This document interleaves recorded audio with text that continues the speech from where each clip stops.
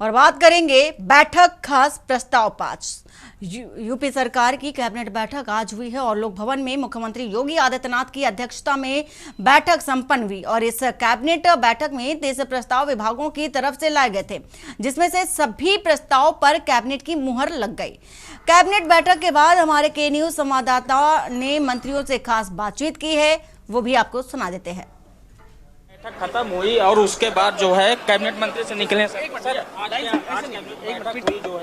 आज आवास विकास का जो है FAR बढ़ाया गया है और हमारे परिवहन विभाग के कर नियमों में संशोधन किया गया है। पिरोडी के जो चरण सिंह जी गंग नहर परियोजना है उसकी स्वीकृति प्रदान की गई है। ऐसे ही आपके शिक्षा विभाग के नियुक्तियों के बैकलॉग पूरा करने के लिए निर्णय हुआ है। ऐसे दर्जनों निर्णय हुए हैं। तो एक कैबिनेट बैठक समाप्त हुई है, उसके बाद दयाशंकर सिंह ने बताया कि कई ऐसे महत्वपूर्ण प्रस्ताव हैं जिसपे कैबिनेट की मुहर लगी है। वीडियो जर्नलिस्ट रमेश वर्मा के साथ कौशलेंद्र उपाध्याय, के न्यूज, लखनऊ। यूपी कैबिनेट की बैठक समाप्त हुई। हमारे साथ उत्तर प्रदेश के उप मुख्यमंत्री ब्रजेश पाठक भैया, आज अगर देखा जाए तो कैबिनेट बैठक में कई 30 प्रस्ताव आए हैं, कितने पास? देखिए, सभी 30 के 30 पास हो गए हैं। प्रदेश के चतुर्मुखी विकास के लिए हमारी प्रतिबद्धता है। हम लाइन ऑर्डर को मेंटेन करेंगे। कांवड़ यात्रा सकुशल संपन्न हो। समाजवादी पार्टी के लोग अनर्गल बयानबाजी कर इसको कभी स्वीकार नहीं किया जाएगा। हर क्रेता का अधिकार है कि वो दुकानदार की नाम और पहचान को समझे और शुचिता पारदर्शिता पूर्ण खरीद करके भोजन करें। जो कानून व्यवस्था है कांवड़ यात्रा को पूरी तरह से मेंटेन करेंगे। सभी 30 त्यौहार बेहतर ढंग से सुव्यवस्थित मनाए जाएंगे। तो हमारे साथ डिप्टी सीएम ब्रजेश पाठक थे, जिन्होंने बताया कि सभी प्रस्ताव यूपी कैबिनेट में जो लाए गए थे सब पास कर दिए गए। कांवड़ यात्रा भी सुरक्षित होगी। वीडियो जर्नलिस्ट रमेश वर्मा के साथ कौशलेंद्र उपाध्याय, के न्यूज, लखनऊ। कैबिनेट बैठक करके राकेश आचार्य जी भी बाहर आए हैं। सर, आपके विभाग का कोई प्रस्ताव? हाँ, 2 प्रस्ताव हमारे विभाग के थे। एक प्रस्ताव क्रय अनिवार्यता का था जो लगातार 3 साल के लिए बढ़ाया गया। इससे हमारी जो भी संस्थाएं हैं, खादी है, यूपिका है, हथकरघा है और प्रदेश के जो बुनकर हैं अपने उत्पाद को जो बनाते हैं उनको अनिवार्य तरीके से सरकारी संस्थाएं पहले खरीदेंगी। ये क्रय अनिवार्यता का जियो शासन ने 3 साल के लिए बढ़ाया जो 2028 तक रहेगा। एक और हमारे यहाँ थोड़ी सी विषमता थी। पूर्व सैनिकों को काफ़ी परेशानी होती थी। जेम पोर्टल के माध्यम से, आउटसोर्सिंग के माध्यम से उनको नौकरी मिलती थी।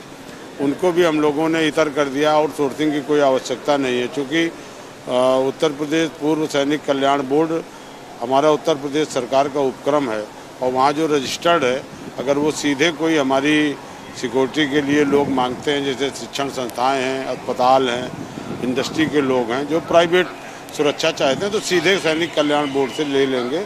तो उनको बड़े पैमाने पे जो हमारे पूर्व सैनिक इंतजार कर रहे थे, उनको हजारों लोगों को इसका लाभ मिलेगा। एक सर, जीएसटी की बात चल रही, 12% जीएसटी कुछ वस्तुओं पे घटाने की बात चल रही है, 5% लाया जाए कुछ वस्तुओं पे। अब विपक्ष ये कह रहा है कि चुनावी स्टंट है सरकार का। देखिए, जीएसटी का विषय भारत सरकार का है। यहाँ कोई उसकी हम लोग चर्चा नहीं कर सकते। घटाने बढ़ाने की भारत सरकार को। उत्तर प्रदेश की कैबिनेट। तो ये हमारे साथ यूपी सरकार के मंत्री राकेश आचार्य थे, उन्होंने बताया कि अपने विभाग में भी उन्होंने जो 2 प्रस्ताव थे वो पास हुए हैं। वीडियो जर्नलिस्ट रमेश वर्मा के साथ कौशलेंद्र उपाध्याय, के न्यूज, लखनऊ। हमारे साथ कैबिनेट मंत्री AK शर्मा सर हैं। सर, आज कैबिनेट बैठक हुई, क्या क्या प्रस्ताव रहे? आज की कैबिनेट में 30 प्रस्ताव आए थे। सभी को माननीय मंत्रिपरिषद ने मंजूरी दिया है।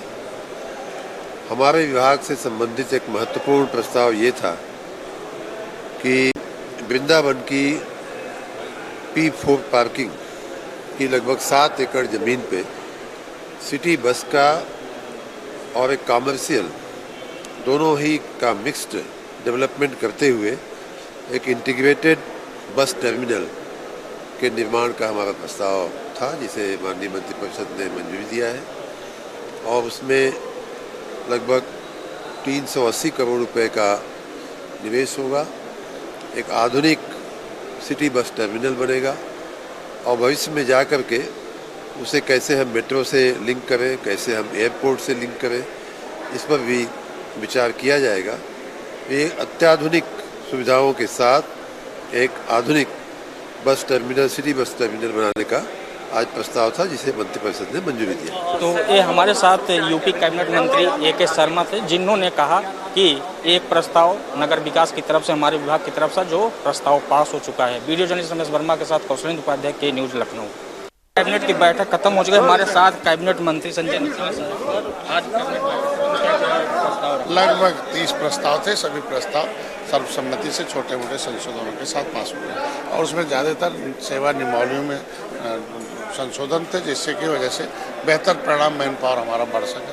शिवपाल यादव ने कहा कि अब जो इटावाला विवाद है उसको खत्म होना चाहिए। अब विवाद तो उन्हीं की तरफ से, बयान बंद कर दे विवाद खत्म हो जाएगा। बयान दे के विवाद बढ़ाते हैं, उनके हाथ में। बयान देना बंद कर दे, विवाद खत्म हो जाएगा।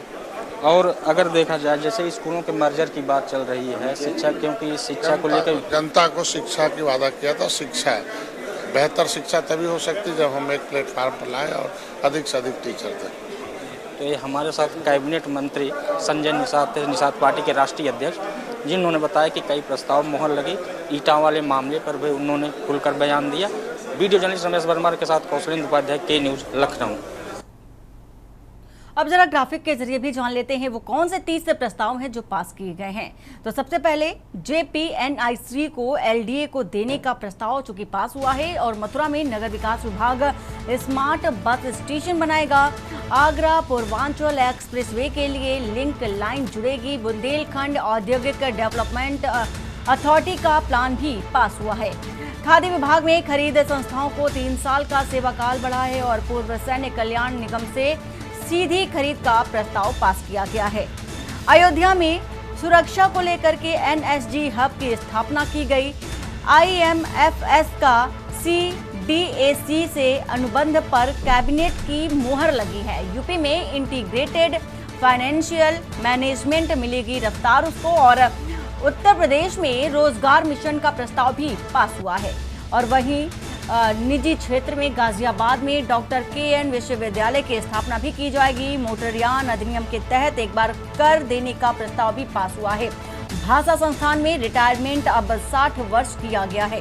तो ये तमाम जो 30 प्रस्ताव हैं पास किए गए हैं कैबिनेट की बैठक में। इन 30 प्रस्तावों को पास किया गया है और मुहर लगाई गई है कैबिनेट की।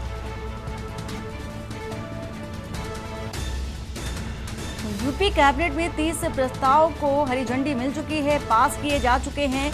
मोटरयान अधिनियम के तहत एक बार फिर कर देने का प्रस्ताव भी पास किया गया है। भाषा संस्थान में रिटायरमेंट अब 60 वर्ष कर दिया गया है। तो ये बेहद महत्वपूर्ण प्रस्ताव थे, कैबिनेट की बैठक के दौरान पास कर दिए गए हैं।